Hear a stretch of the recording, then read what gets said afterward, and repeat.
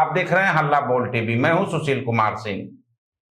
क्या विधायक आईपी गुप्ता तेजस्वी यादव का साथ छोड़ेंगे और भाजपा के साथ आएंगे?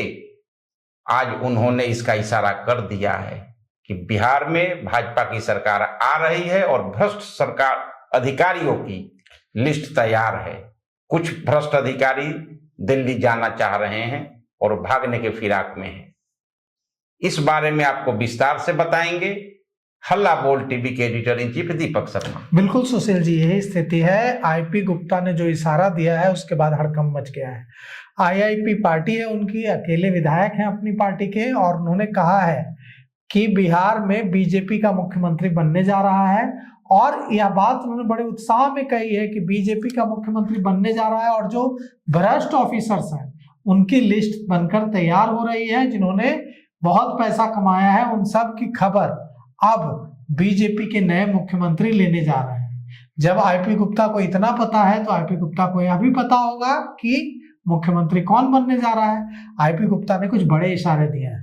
आईपी गुप्ता ने कहा है कि सहरसा में एक कार्यक्रम में आईपी गुप्ता ने कहा है कि देखिए, जो भ्रष्ट अफसर हैं, जिनका नालंदा से कनेक्शन था, जिनका सीएम हाउस से कनेक्शन था, वे अब बेचैन हैं। उन्हें लग रहा है कि बीजेपी का जो मुख्यमंत्री बनेगा वो उन्हें छोड़ेगा नहीं। और यह भी उम्मीद जता दी है आईपी गुप्ता ने कि जो मुख्यमंत्री बनेगा बीजेपी का, वो 1 साल बहुत जबरदस्त काम करेगा। और इतना ही नहीं, यह भी कह दिया है कि जो मुख्यमंत्री बनेगा वो भ्रष्ट अधिकारियों को जेल भेजेगा। और यह भी कहा है कि जो मुख्यमंत्री बनेगा, जो सरकार बनेगी, चाहे वो जदयू का हो, चाहे वो बीजेपी का हो, जो भी सीएम होगा, उसे आईपी गुप्ता के लिए दरवाजा खोलकर रखना पड़ेगा। अब सवाल उठता है कि आईपी गुप्ता के लिए दरवाजा खोलकर रखना पड़ेगा का क्या मतलब है? अभी तो तेजस्वी यादव के साथ वफा और राहुल गांधी के साथ वफा के कस्में खाते नजर आते हैं आईपी गुप्ता। क्या आईपी गुप्ता ने अपने सारे ऑप्शन खोल रखे हैं कि, और अगर ऐसा था तो राज्यसभा चुनाव में उन्होंने तो वफादारी निभाई। आरजेडी के अपने विधायक दगा दे गए, कांग्रेस के विधायक दगा दे गए, लेकिन आईपी गुप्ता ने तो वोट किया, एडी सिंह को भी वोट किया। तो कुल मिलाकर के आईपी गुप्ता कौन सा खेल खेल रहे हैं, या किसी को समझ नहीं आ रहा है। क्या आपको समझ आ रहा है? सुनिए आईपी गुप्ता ने क्या कुछ कहा। भाजपा की सरकार आ रही है और जे ऑफिसर 20 बरस तक जो माल टाना है ना, वो सारे ऑफिसर दिल्ली भागने की तैयारी में है भाजपा के डर से। और भाजपा जो मुख्यमंत्री बनेगा ओकरा मालूम भाई कौन कौन चोर ऑफिसर बैठा हुआ यार, उस सब पे कार्रवाई होगा। कम से कम 1 साल तक भाजपा तो काम करेगा भाई, ये हमको भरोसा है कि 1 साल तक कम से कम काम करे।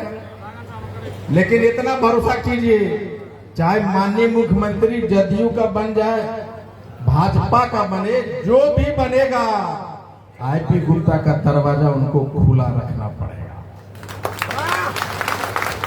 ना। मुख्यमंत्री चाहे जो भी बने, सहरसा का काम उनको करना पड़ेगा।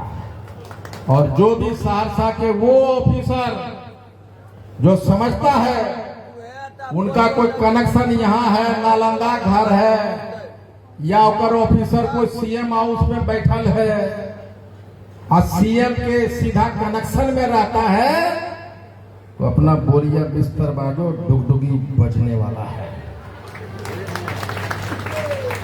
और तुम्हारा सारा फाइल विधानसभा में मैं खोल देने वाला हूं भैया, इसलिए सुधर जाओ।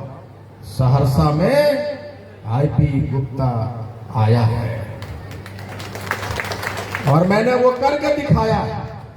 अब कहता भाई फोन नहीं उठाता है, इसलिए मैं बता दूं कि हमने अपना 5 प्रतिनिधि चुना था, विधायक प्रतिनिधि। मैं चाहता हूं सारे 5 यहाँ। तो आईपी गुप्ता जो इशारा दे रहे हैं, वो इशारा क्या है? वो कह रहे हैं कि ऐसा बैग बना नहीं जो आईपी गुप्ता को खरीद सके। और दूसरी तरफ यह भी कह रहे हैं कि जो भी मुख्यमंत्री बनेगा उसे आईपी गुप्ता के लिए दरवाजा खोलकर रखना पड़ेगा। यह भी कह रहे हैं कि बीजेपी का मुख्यमंत्री बनने जा रहा है और वो बहुत अच्छा काम करेगा। भ्रष्टाचारियों को जेल भेजेगा, और जिन अफसरों ने पैसा कमाया है वो अब जेल जाने के लिए तैयार रहे हैं, बिहार से भागने के लिए की तैयारी में है। तो आईपी गुप्ता क्या दोनों तरफ अपनी सेटिंग रखना चाह रहे हैं? बहुत सारी बातें हैं। आईपी गुप्ता अपनी पार्टी के अकेले विधायक हैं और उन्हें यह तो समझ में आ ही रहा होगा कि विपक्ष कितना कमजोर हो गया है। तो ऐसी स्थिति में आईपी गुप्ता कभी भी भारतीय जनता पार्टी के साथ जा सकते हैं। कम से कम आज का उनका भाषण यही बता रहा है। अब देखना है आगे होता क्या है। आईपी गुप्ता क्या बीजेपी का दामन थामते हैं या फिर जदयू के साथ जाते हैं? सरकार किसकी बनती है यह तो क्लियर है, लेकिन उन्होंने इशारों में जो कहा है वो बड़ी बात है। अब आगे होता क्या है। अभी तक के लिए इतना ही। देखते रहिए हल्ला बोल टीवी। धन्यवाद।